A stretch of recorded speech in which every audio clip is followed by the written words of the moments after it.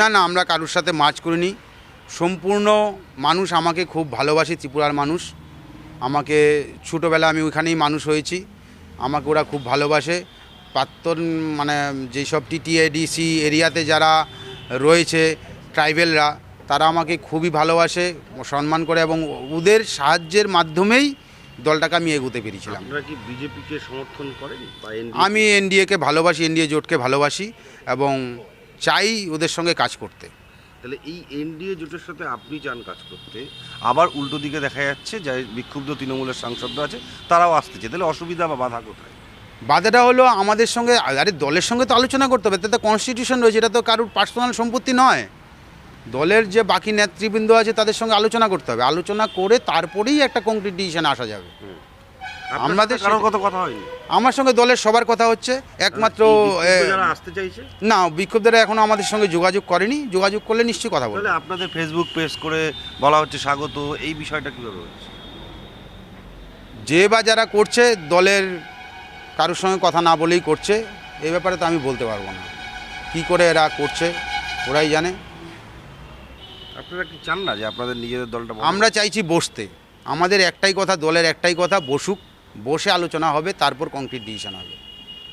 ত্রিপুরাতে আপনারা তৃণমূলের বিরুদ্ধে বা তৃণমূল ওখানে লড়াই করেছিল, আলাদা আলাদা লড়াই করেছে, একদমই তাই। আবার এখন তৃণমূলেরই সাংসদরা আপনাদের কাছে আসবে, তো সেই জায়গাটা এটা এখন তো মনে হচ্ছে কিছু একটা কারণে ওরা হয়তো বুঝতে পারছে যে এরাই পারবে, এই কারণেই এরা আমাদের কাছে আসছে। কারণ আমরা তো অ্যাকচুয়ালি যারা দলের নেতৃবৃন্দ বা আমরা যারা কাজ করছি, আমরা সবাই সোশ্যালিস্ট, মানুষের অধিকার নিয়ে কাজ করা লোক, অ্যাডভোকেটস, ডক্টরস তারা রয়েছে।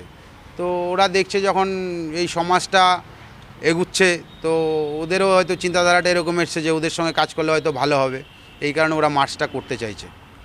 তো আপনাদের দিল্লি টিমের সঙ্গে কোনো কথা হয়নি? না, আমার দিল্লি টিমের সঙ্গে কথা বলেছে, আমার উপর ডিসিশান ছেড়ে রেখেছে। আমি বলেছি না, আমি একা তো ডিসিশান দেবো না, সবাই মিলে যেটা ডিসিশান হবে একটা প্রেস মিট করে আমরা।